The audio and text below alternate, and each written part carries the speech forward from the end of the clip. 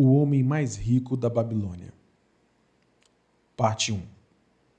Bansir, o fabricante de carruagens da Babilônia, achava-se completamente desanimado. Sentado no muro baixo que cercava sua propriedade, contemplava com tristeza a habitação humilde e a oficina aberta onde se podia ver uma carruagem em fase de acabamento. De tempos em tempos, a esposa surgia na porta da casa.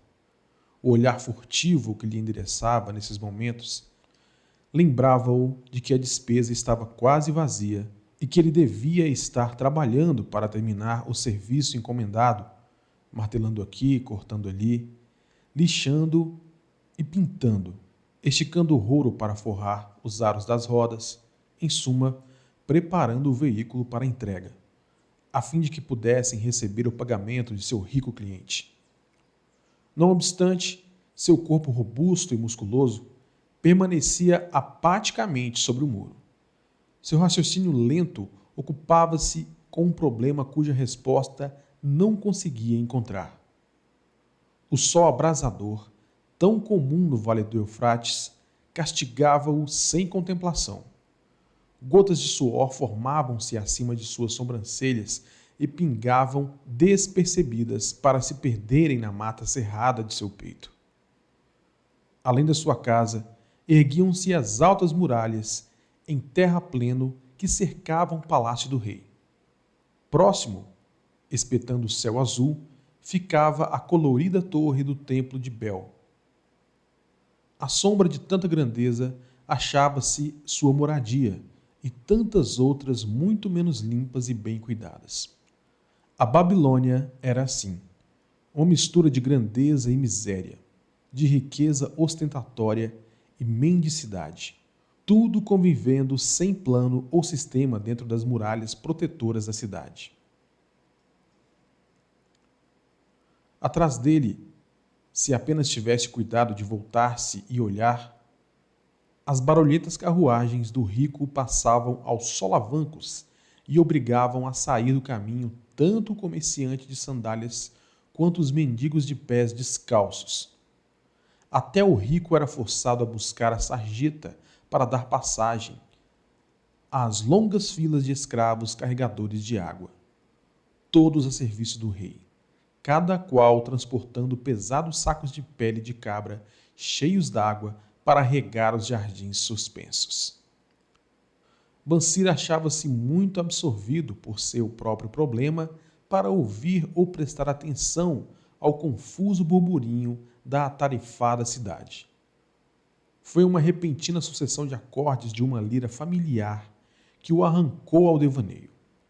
Ele virou a cabeça e deu de cara com o rosto delicado e sorridente de seu melhor amigo, Cobb, o músico. Possam os deuses abençoá-lo com grande generosidade, meu bom amigo, começou Cobb, numa saudação rebuscada.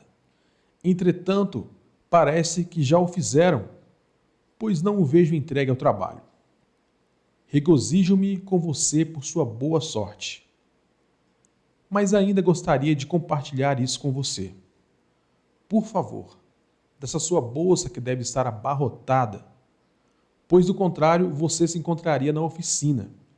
Me empreste 2 humildes siclos, que devolverei logo após o banquete dos nobres essa noite. Você não chegará a sentir falta deles. Se eu tivesse 2 siclos, respondeu Bansir, melancolicamente, não poderia emprestá-los a ninguém, nem mesmo a você, que é o melhor amigo, pois eles constituiriam minha fortuna, toda a minha fortuna. Ninguém empresta o único dinheiro que possui, nem mesmo para o melhor amigo. O quê? Exclamou Cobb, realmente surpreso. Não tem um único ciclo na algibeira? E fica postado como uma estátua sobre este muro? Por que não terminou a carruagem? Como pode sustentar o seu raro apetite? Isso não é normal em você, meu amigo. Onde está a sua inesgotável energia? Alguma coisa aconteceu com você? Trouxeram-lhe os deuses algum infortúnio? Deve ser mesmo um tormento dos deuses, disse Bansir, concordando. Tudo começou com um sonho sem sentido, onde me via como um homem de posses.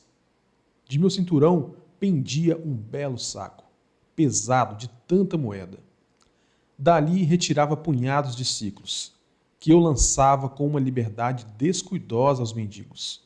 Havia moedas de prata, com que eu comprava presentes para a esposa e que o bem desejasse para mim mesmo. Havia moedas de ouro que me tranquilizavam quanto ao futuro e me deixavam sem medo de gastar à vontade as moedas de prata. Uma sensação magnífica de contentamento enchia o meu peito. Você não teria reconhecido seu velho e diligente amigo. Como não teria reconhecido minha mulher, com suas faces saudavelmente rosadas e sem rugas? Ela era novamente a mocinha sorridente de nossos primeiros anos de casados. Um sonho agradável, sem dúvida, comentou Cobb. Mas por que deveriam essas sensações tão prazerosas deixá-lo apático e deprimido como agora? Por que realmente? Porque quando acordei e me lembrei de que não tinha um centavo sequer, um sentimento de revolta tomou conta de mim. Vamos conversar um pouco sobre isso, pois, como dizem os marinheiros, estamos no mesmo barco, nós dois. Quando meninos, fomos juntos ao sacerdote do templo buscar sabedoria. Na juventude, divertimos-nos um bocado. Como homens feitos, mantivemos-nos amigos íntimos. Temos sido de algum modo súditos conformados. Temos nos contentado em trabalhar longas horas e gastar nossos ganhos livremente. Conseguimos muito dinheiro nos últimos anos, mas só em sonho poderíamos conhecer as alegrias decorrentes da riqueza. Ora, não passamos de 2 ovelhinhas pacatas. Vivemos na mais rica cidade do mundo. Os viajantes costumam dizer que nenhuma outra se iguala a ela em prosperidade. Tanta ostentação de riqueza nas nossas barbas, mas nós mesmos ficamos a ver navios. Depois de praticamente meia existência de trabalho árduo, meu melhor amigo se acha sem um níquel e me procura para dizer: não poderia me emprestar a bagatela de 2 ciclos até o término do banquete dos nobres esta noite? E o que eu respondo? Digo por acaso, aqui está a minha bolsa. Dividirei com você todos os ciclos que aí se encontram. Não, simplesmente admito que minha bolsa está vazia, tão vazia quanto a sua. Mas o que há? Por que não podemos obter prata e ouro, mais do que apenas o necessário para o sustento do lar? Pense também em nossos filhos, continuou Mansir. Não estão seguindo o caminho dos pais? Tem cabimento que eles e suas famílias e os filhos e as famílias de seus filhos passem a vida inteira no meio de tantos guardadores de ouro e, apesar disso, exatamente como nós, contentem-se com mingau e leite de cabra azedos? Em todos esses anos de amizade, nunca ouvi desse modo, Mansir. Cobb estava perplexo. Porque, na verdade, nunca tinha pensado assim. Desde as primeiras luzes da manhã e até que o escuro da noite me fizesse largar as ferramentas, trabalhei duro para montar as mais finas carruagens que qualquer outro homem pudesse fazer, esperando credulamente que um dia deuses reconheceriam o valor das minhas obras e me recompensariam por isso com a maior prosperidade. Pois nunca o fizeram. Finalmente, convenci-me de que nunca o farão. É esse o motivo da tristeza que rói o meu peito. Quero ser um homem de posses. Quero ter minha própria terra e animais para criar. Quero ter roupas finas e dinheiro. Muito dinheiro. Estou disposto a trabalhar com toda a força de meus músculos, com toda a perícia de minhas mãos, com todo o tirocínio de minha mente, mas quero que os frutos de meu trabalho sejam fartos. E o que volto a lhe perguntar, por que não podemos ter o nosso justo quinhão das coisas boas, tão abundantes naqueles que têm ouro suficiente para comprá-las?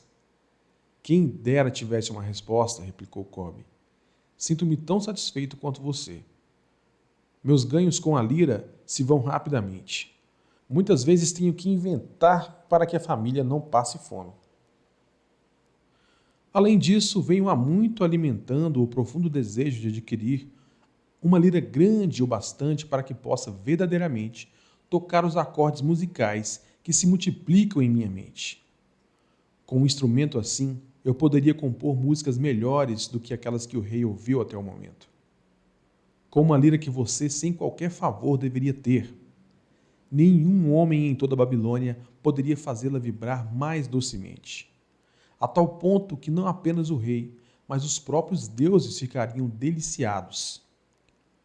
Como, porém, conseguir tal coisa se nós dois somos tão pobres quanto os escravos do rei? Ouça o sino, aí vem eles. Ele apontou na direção da longa coluna de semidespidos e suarentos carregadores de água que subiam penosamente a rua, vindo do rio. Arrastavam-se em alas de 5, cada qual vergado sob um pesado odre de pele de cabra.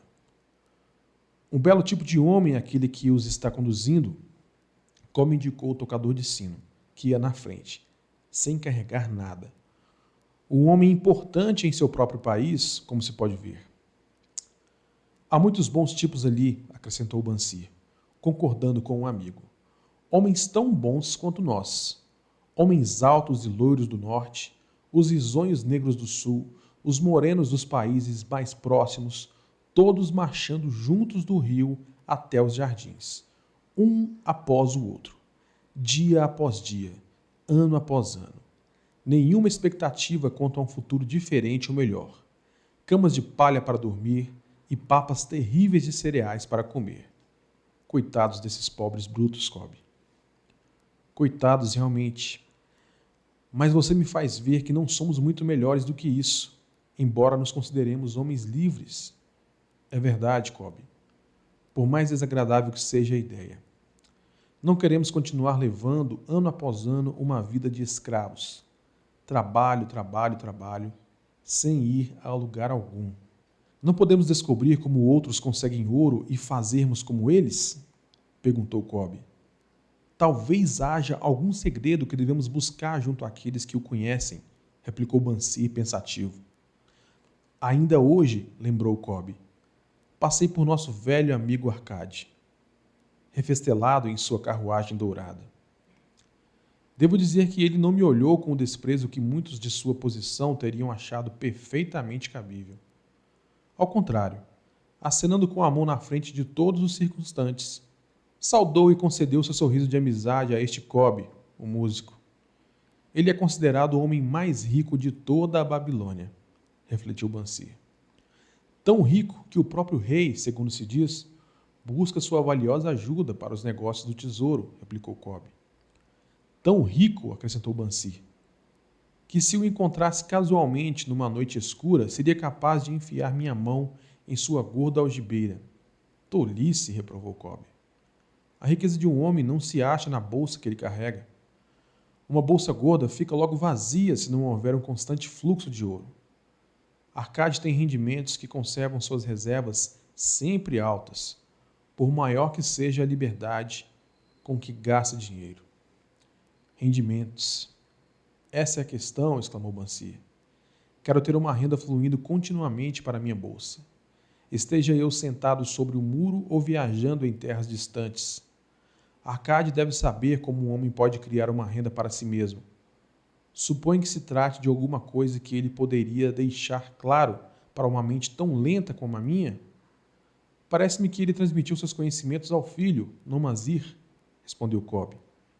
Este não foi para Nínive e, como se comenta na estalagem, não se tornou, sem a ajuda do pai, um dos homens mais ricos dessa cidade? Cobb, você acaba de me propiciar um raro pensamento.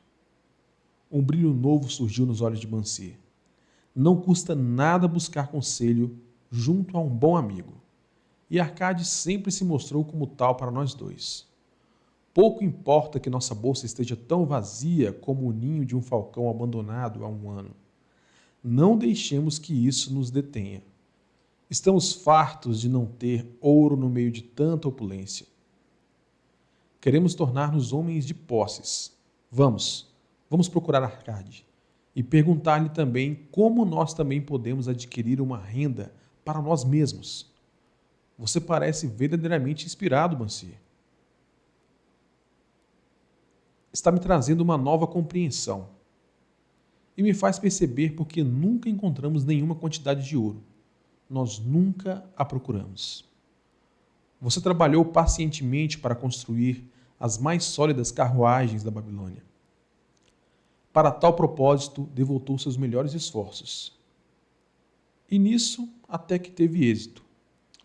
Eu mesmo fiz os melhores esforços para tornar-me um virtuoso da lira. E nisso eu também tive êxito.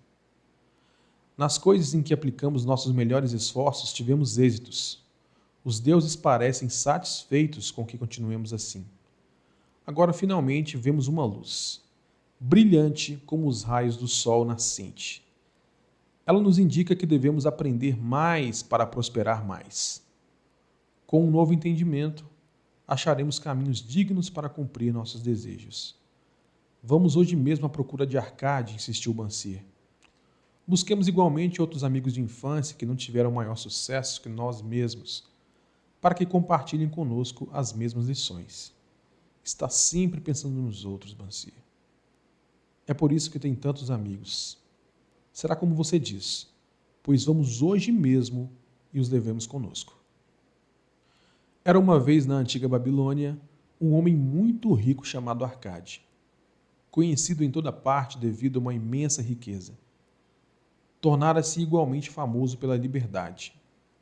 Mostrava-se generoso com os mais necessitados e com a família, sendo um homem pródigo em suas próprias despesas. Entretanto, a cada dia sua riqueza crescia mais rapidamente do que podia gastá-la. E houve alguns amigos da juventude que vieram até ele, dizendo-lhe: Você, Arcade, é mais venturoso do que nós. Você se tornou o homem mais rico de toda a Babilônia, enquanto nós lutamos para sobreviver. Pode usar as mais finas roupas e degustar as mais requintadas iguarias, enquanto nós devemos nos dar por satisfeitos se apenas propiciarmos à família uma indumentária decente ou a alimentamos da melhor maneira possível. Contudo, alguma vez somos iguais.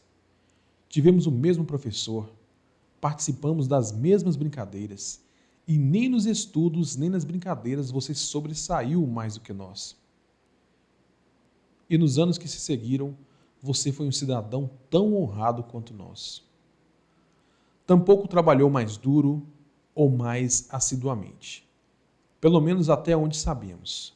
Por que então deveria o caprichoso destino escolhê-lo para gozar de todas as boas coisas da vida e ignorar-nos a nós, que igualmente somos merecedores? Após o que Arcade protestou com eles, dizendo por sua vez: Se vocês não adquiriram mais do que uma pobre existência desde os tempos em que éramos jovens, isso se deve a que não conseguiram aprender ou não observaram as leis que governam a acumulação da riqueza.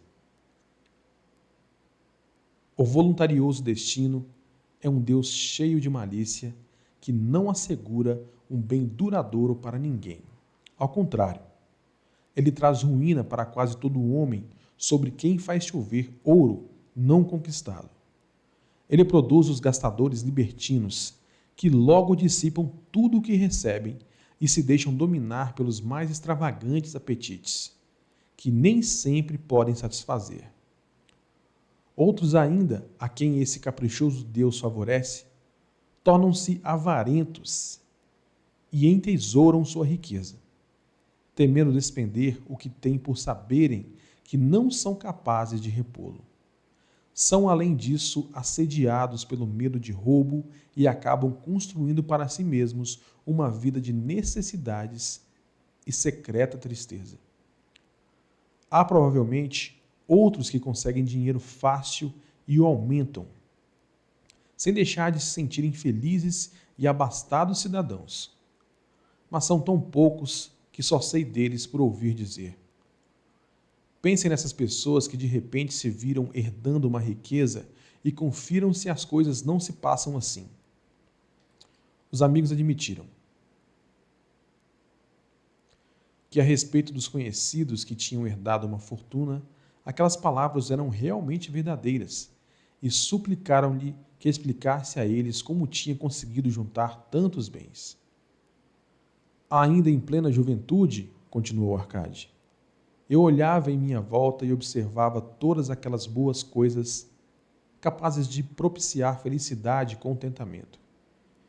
Percebi então que a riqueza aumentava ainda mais a potência delas.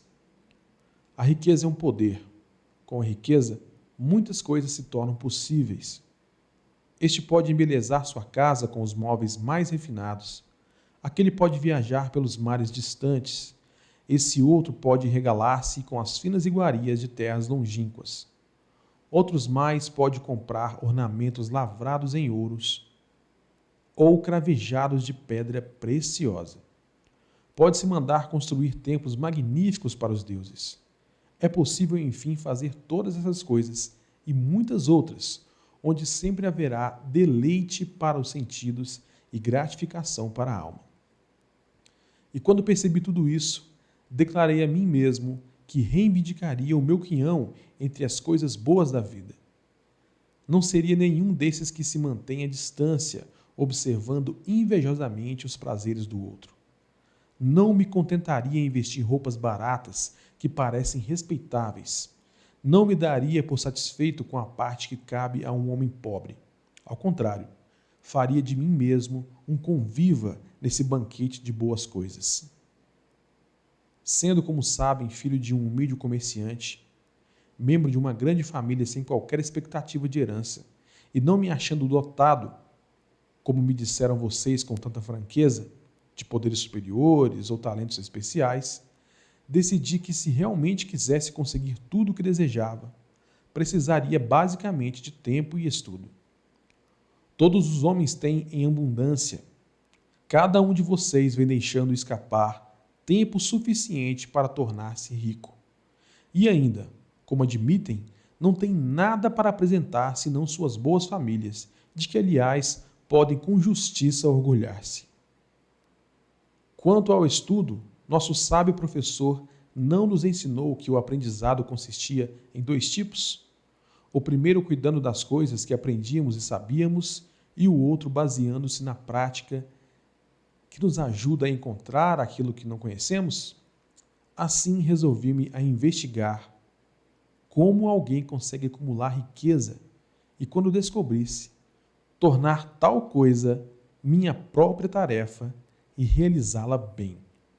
Pois não é justo que devamos gozar enquanto permanecemos sob a brilhante luz do sol, compensando os sofrimentos que teremos de enfrentar quando partirmos para a escuridão do mundo do espírito? Empreguei-me como escriba na sala de registros e todos os dias trabalhei horas sem conta sobre as tabuinhas de argila. Semana após semana, mês após mês. Dei um duro danado sem que meus vencimentos dessem mostras de crescer. Comida, roupa, os compromissos para com os deuses, além de outras coisas de que já não consigo lembrar-me. Consumiam tudo o que eu ganhava. Mas minha determinação continuou de pé. E um dia, Algamish, o homem que empresta dinheiro, veio até a administração da cidade e solicitou uma cópia da 9ª lei, dizendo-me: preciso disso em 2 dias.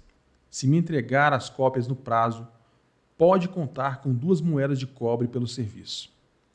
Trabalhei arduamente, mas o texto da lei era muito comprido, e quando Algamish voltou, eu ainda não tinha terminado a transcrição.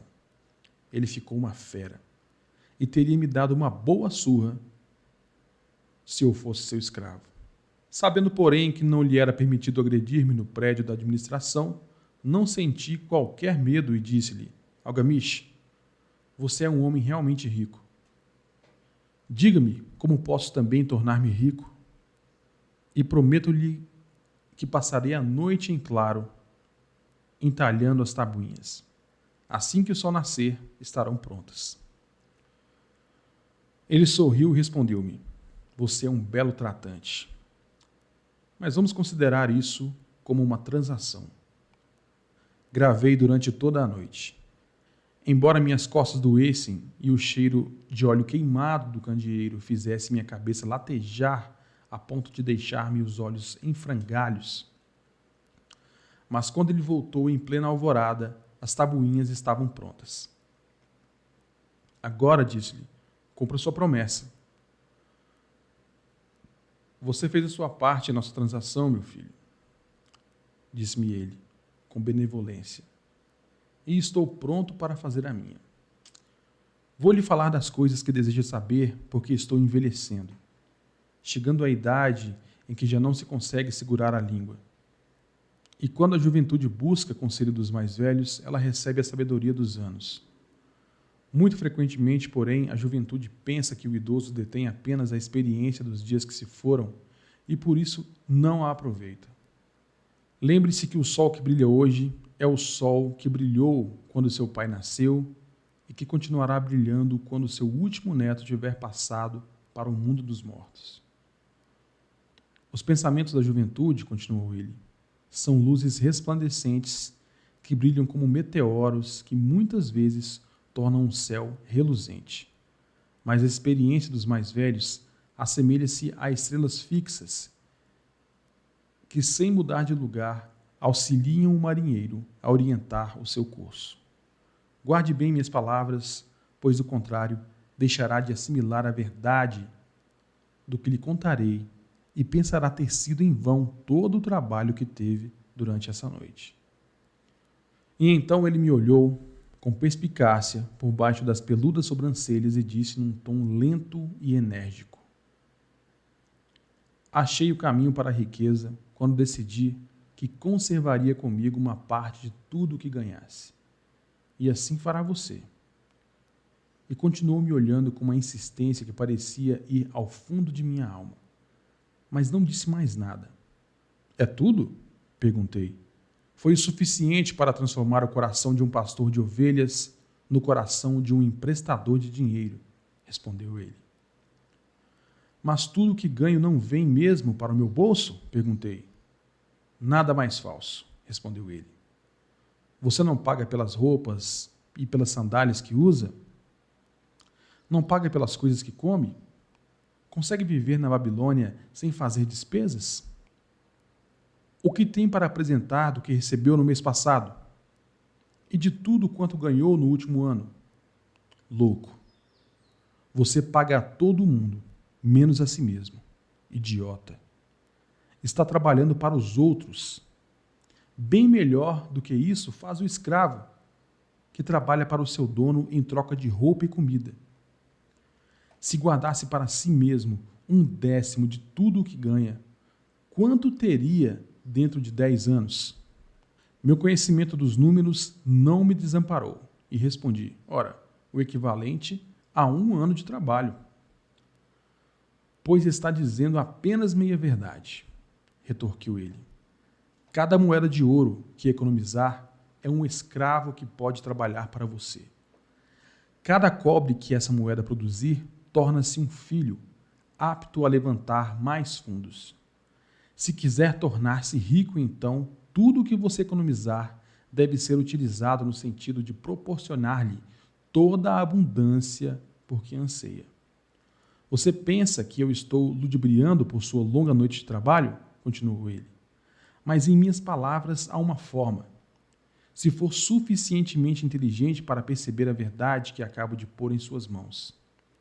Uma parte de tudo o que ganha pertence exclusivamente a você. No mínimo 1/10, mesmo nas ocasiões em que tiver recebido pouco dinheiro. Pode ser mais, de acordo com o que produzir. Pague a si mesmo primeiro. Não compre ao fazedor de roupas ou ao fazedor de sandálias mais do que possa pagar com o restante, devendo ainda separar o bastante para alimentar-se, ajudar o próximo e pôr em dia as obrigações com os deuses. A riqueza é como uma árvore. Cresce a partir de uma simples semente. A primeira moeda de cobre que economizar será a semente a partir da qual sua árvore da riqueza crescerá. Quanto mais cedo plantá-la, mais cedo a árvore crescerá. E quanto mais fielmente alimentar e regar essa árvore, com economias constantes, logo chegará o dia em que poderá abrigar-se em pleno contentamento embaixo dessa sombra.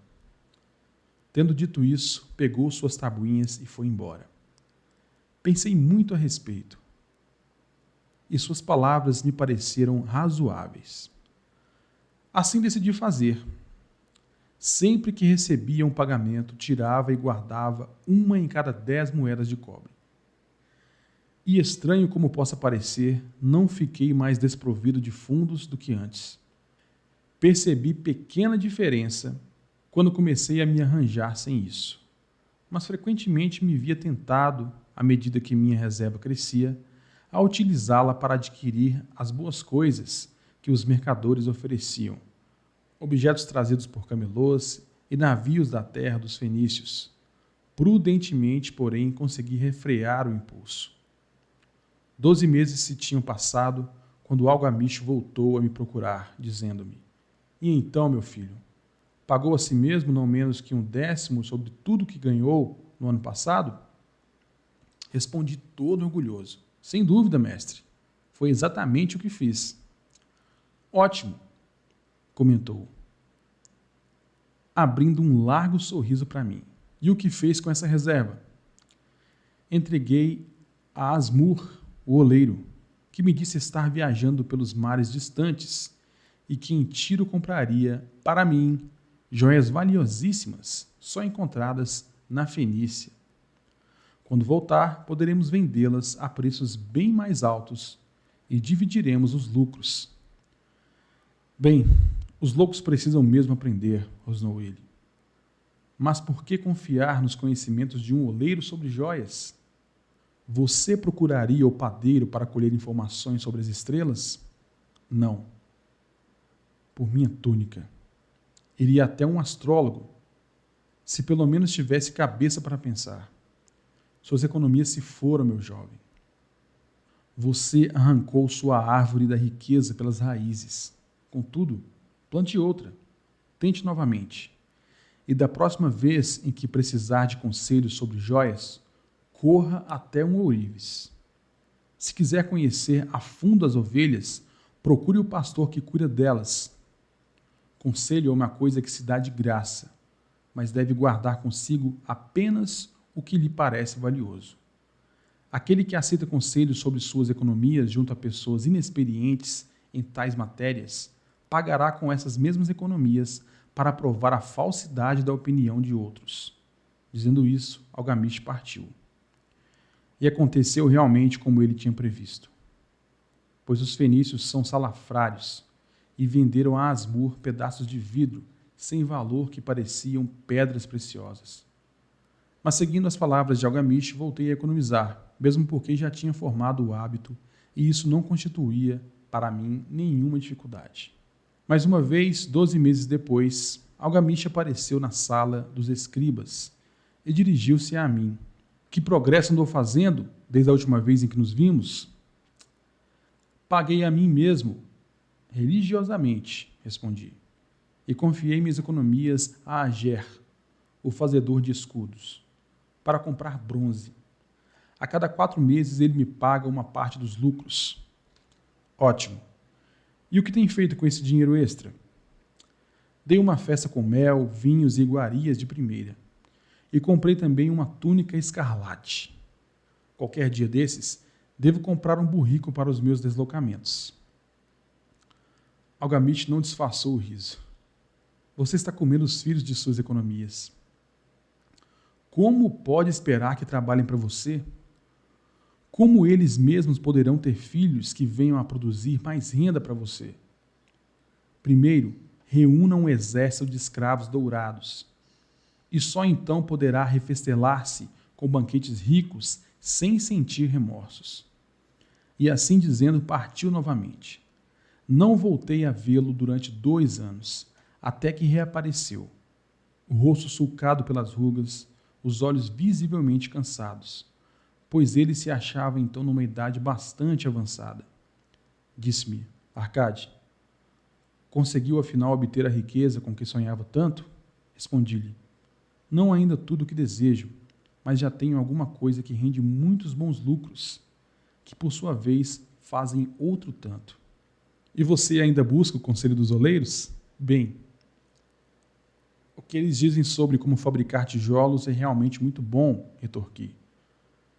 Arcade, continuou ele, você aprendeu bem suas lições. Aprendeu primeiro a viver com menos do que podia ganhar. Depois aprendeu a aconselhar-se junto àqueles cuja competência deriva de suas próprias experiências. E, finalmente, aprendeu a fazer o ouro trabalhar para você. Você ensinou a si mesmo como adquirir dinheiro, poupá-lo e usá-lo. Reuniu, portanto, condições para ocupar uma posição de confiança. Estou me tornando muito velho. Meus filhos só pensam em gastar e não dão a menor importância aos ganhos. Meus negócios são grandes e até grandes demais para que eu possa cuidar de tudo. Se você concordar em ir para Nippur, a fim de tomar conta das terras que possuo na região, torná-lo-ei meu sócio, e você participará de meu testamento.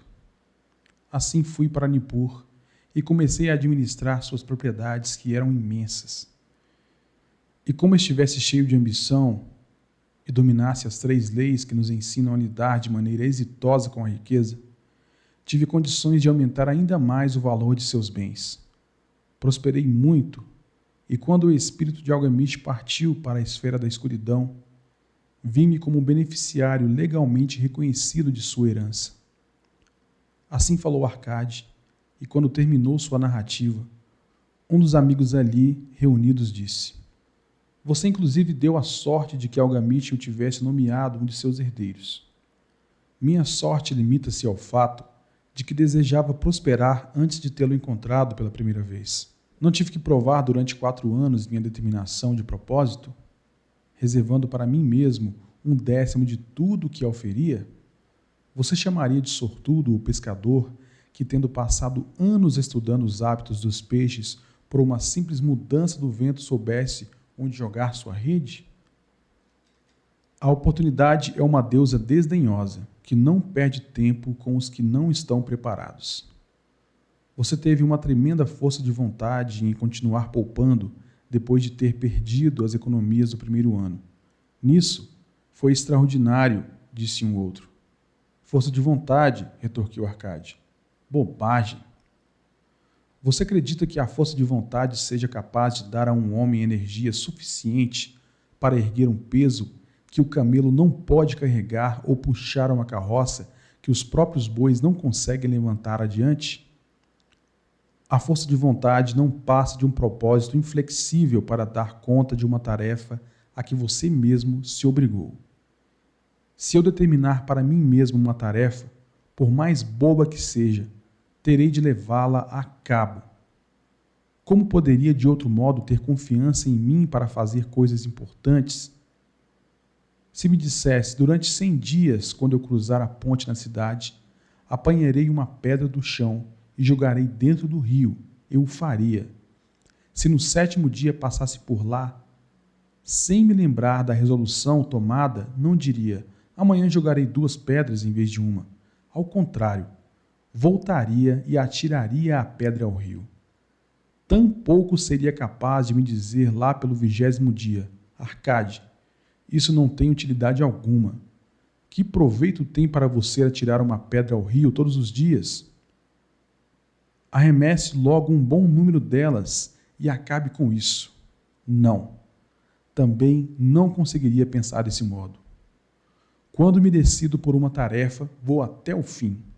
Consequentemente, tomo muito cuidado para não começar tarefas difíceis e impraticáveis, porque tenho meu conforto íntimo em alta conta.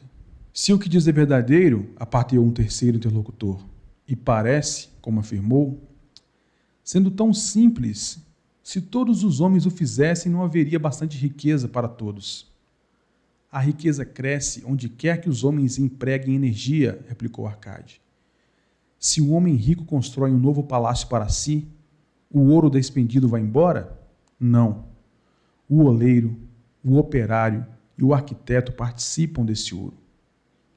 E quem quer que trabalhe na obra, participa dele também. Mesmo depois de construído, o palácio não vale tudo quanto custou? E o terreno sobre o qual se ergue não passa a valer mais pelo próprio fato de abrigá-lo? E os terrenos circunvizinhos não se tornam igualmente valorizados? A riqueza cresce através de meios mágicos.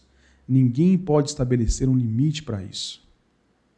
Não construíram os fenícios grandes cidades em costas inóspitas com a riqueza proveniente de seus navios mercantes?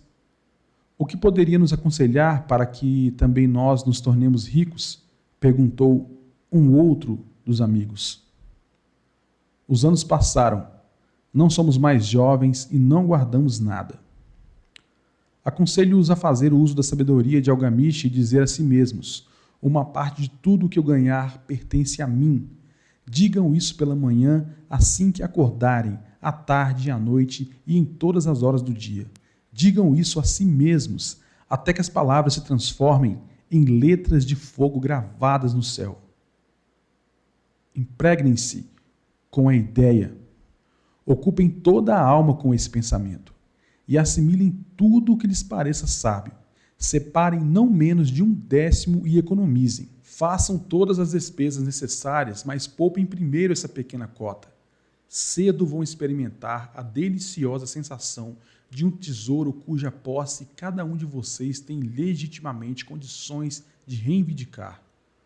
Quanto mais ele crescer, mais se verão estimulados. Vibrarão com uma nova alegria de viver. Encararão a possibilidade de maiores esforços para ganharem mais, pois não estarão reservando sobre os lucros maiores a mesma porcentagem? Aprendam, portanto, a fazer com que seu tesouro trabalhe para vocês. Tornem-no seu escravo. Façam seus filhos e os filhos de seus filhos trabalharem para vocês. Assegurem uma renda para o futuro. Olhem para os mais idosos e não esqueçam que dia virá em que também vocês estarão velhos. Por isso, invistam seu tesouro com toda a cautela do mundo. Taxas usurárias de retorno são sereias enganosas, que cantam naturalmente para lançar o incauto contra as rochas do desperdício e do remorso.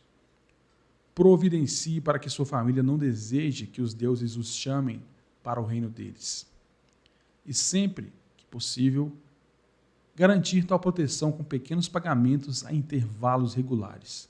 Por isso, o homem proveniente não perde tempo esperando que apareça uma grande soma a fim de utilizá-la em tão prudente propósito. Busquem um conselho dos homens sábios. Procurem informar-se com pessoas cujo trabalho cotidiano é o manuseio do dinheiro.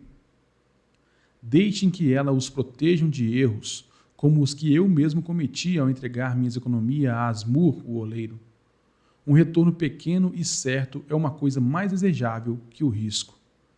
Aproveitem a vida enquanto estiverem aqui. Não exagerem nem tentem economizar demais. Se 1/10 de tudo que ganharem é o que vocês podem confortavelmente poupar, contentem-se com essa porção. Por outro lado, vivam de acordo com suas rendas e não sejam sovinas nem temerosos ao gastar. A vida é boa e rica com coisas que valham a pena e causem prazer. Seus amigos agradeceram-lhe por aquelas palavras e se foram. Alguns mantiveram-se em silêncio, porque não tinham imaginação e nem podiam entender. Outros mostraram-se sarcásticos, porque pensavam que um homem tão rico deveria compartilhar sua fortuna com velhos amigos menos afortunados. Um terceiro grupo, entretanto, parecia ter nos olhos uma nova luz. Perceberam que Algamish tinha voltado regularmente à sala dos escribas, porque estava observando um homem que, por seus próprios esforços, saía da escuridão para a luz. Quando esse homem achou a luz, um lugar esperava por ele. Ninguém podia ocupar esse lugar sem que, pelos próprios esforços, chegasse à compreensão, ou seja, até que estivesse pronto para a oportunidade. As pessoas desse terceiro grupo foram as únicas que, nos anos que se seguiram, continuaram visitando o Arcade, que os recebia cheio de contentamento. Reunia-se com eles e transmitia-lhes de bom grado sua sabedoria, como gostam sempre de fazer os homens de grande experiência, e assistia-os quanto a investirem suas economias naquilo que trouxesse lucros com segurança. evitando que apostassem em coisas que não rendessem dividendos. O momento decisivo na vida desses homens ocorreu quando compreenderam a verdade que tinha passado de Algamish para Arcade e de Arcade para eles. Uma parte de todos os seus ganhos pertence exclusivamente a você.